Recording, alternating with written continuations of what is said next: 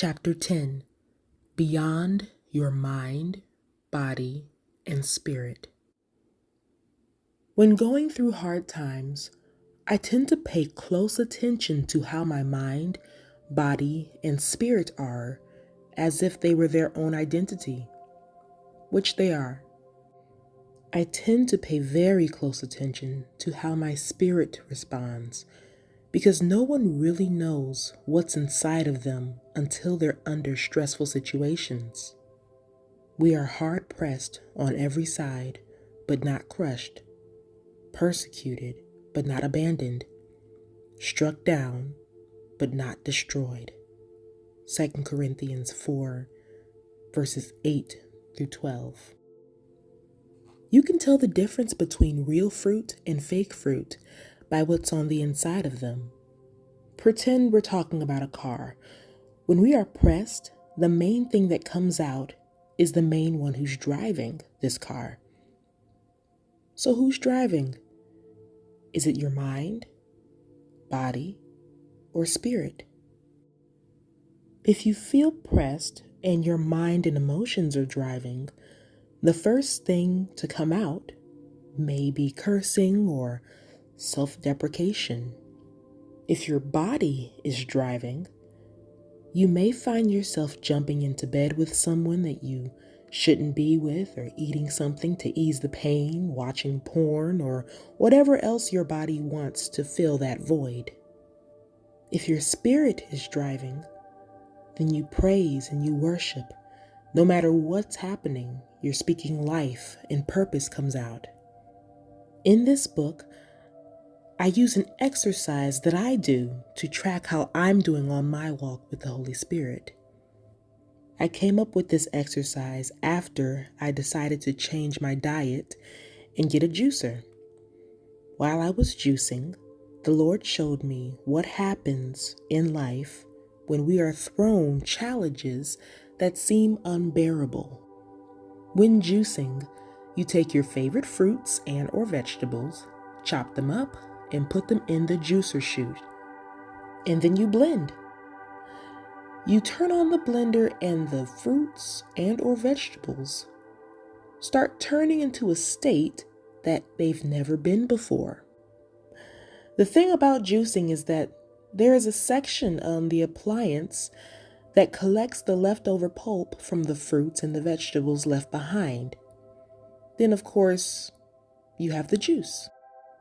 I think of the mind and body as the pulp and the spirit as the juice that is produced, because ultimately, the juice is why we bought the appliance. Try this exercise to see where you fit. See what you learn about yourself. Do you align with your mind, body, or spirit? Note, when pursuing purpose, your mind and body need to take a back seat so that your spirit can do what it needs to do on this earth. If you align with your mind and body, you need to bring the Holy Spirit, because the mind and body are more focused on the world and not on your God-given purpose. So the exercise that I did was I took a sheet of paper, I divided it down the middle. On the left side, I wrote what the molestation did to me. Underneath that, I put a category for mind, body, and then spirit. Then I filled in the chart. What the molestation did to me. Mind. It made me very sexually promiscuous. It made me not feel precious. I didn't feel safe. Body. Negatively affected how I was with my husband. Every time he touched me, I felt the tracings of my father. I couldn't breastfeed my daughter. It was too triggering. Spirit. Frustrated, but grateful.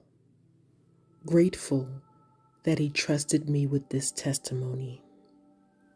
Now, with all those things listed, I go to the right side of the page and I write what I learned about myself. What I learned about myself is that nothing will stop me from giving God glory and wanting to better myself to impact God's kingdom. Do you see how what I learned about myself mirrors more what the Spirit felt like and not my mind or body?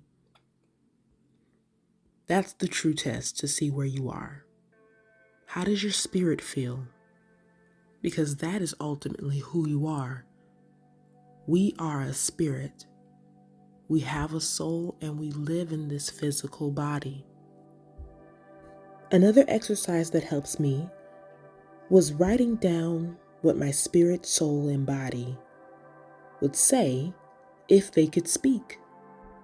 Write down on a sheet of paper, what is my spirit telling me? How do you know what's the spirit?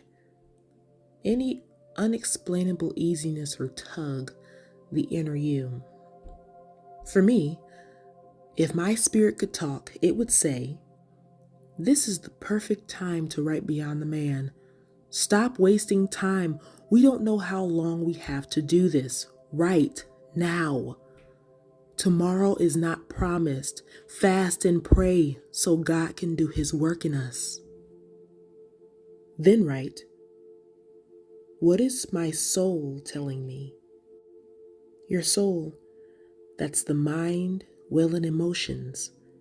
These follow what's getting fed the most. Spirit versus mind, good versus evil, heedful to purpose versus complacency. This is what my soul would say. There's been so much that's happened to me. I know I need to finish Beyond the Man, but I'm exhausted from all of this spiritual warfare that I'm experiencing. I hope God isn't mad at me. What if everything we feel God promised us comes true? What if I can't handle the stress of a broadened territory and an answered prayer? What if God gives us more stress? Will Dad hate me after this book is published? I'll just go back under the covers and cry. Ugh. But the days keep passing by and I keep feeling this burden. God gave me this vision for this book years ago. God must have a lot of patience because I would have been done with me a long time ago. I need to fast. I'm tired of me being the one holding us back. I've never fasted before though. What would I fast? I don't know. There are things that I would miss too much. I guess that's the point though, right? All this thinking's making me tired. I'm gonna just go back to bed. Then write, what is my body telling me? I don't want to do anything. I'm tired of exercising. Yeah, who cares about the extra pounds? I need something else to feel. I'll just lay around and watch porn or something. I charge you to try one of these exercises to truly see where you are. The most challenging part of these exercises is being truthful. Ask the Lord to reveal yourself to yourself so that you can make an accurate assessment. The issue I encountered was more about my mind and my body trying to control my life while my spirit merely tagged along. My spirit began growing frustrated because it knew its assignment and was very weary of not being the one to steer this car. One day, it felt as if my spirit erupted. It seemed like something in my spirit reprimanded my body and my mind. It was like my spirit was giving them both a final notice that she was going to take over the driving. However, my mind and body were so accustomed to being in control that there was substantial resistance. This power struggle continued for weeks. Finally, I let out a desperate cry to God and began fasting for the first time. I knew that for my spirit to lead, I had to deprive my body of what it craved. Once my body was reined in, which is challenging due to our sinful nature, my mind began to align with what the spirit desired. Even though she was apprehensive about stepping into unfamiliar territory, I had to die to myself, as the church folks would say, to take the steps God wanted me to take. In dying to myself or to my flesh, I felt my body undergoing a sort of grieving process. I started feeling powerful in the spirit, but was tempted to give in to my body's demands more than ever to help make it feel better. But I already experienced a spiritual rebirth that replaced what had died in my flesh. My body began submitting to my spirit because my spirit was finally in control and didn't show any signs of wanting to step down. Once my body submitted, my thoughts followed suit. It's a daily battle. There's always a war between your body, will, and emotions and the spirit. After fasting, I took out a piece of paper and I did another assessment of my spirit, soul, and body. After fasting, my spirit said, "Nothing can stop us now." My soul said, "I'm ready for whatever God throws our way." My body said, "What am I going to do without me?"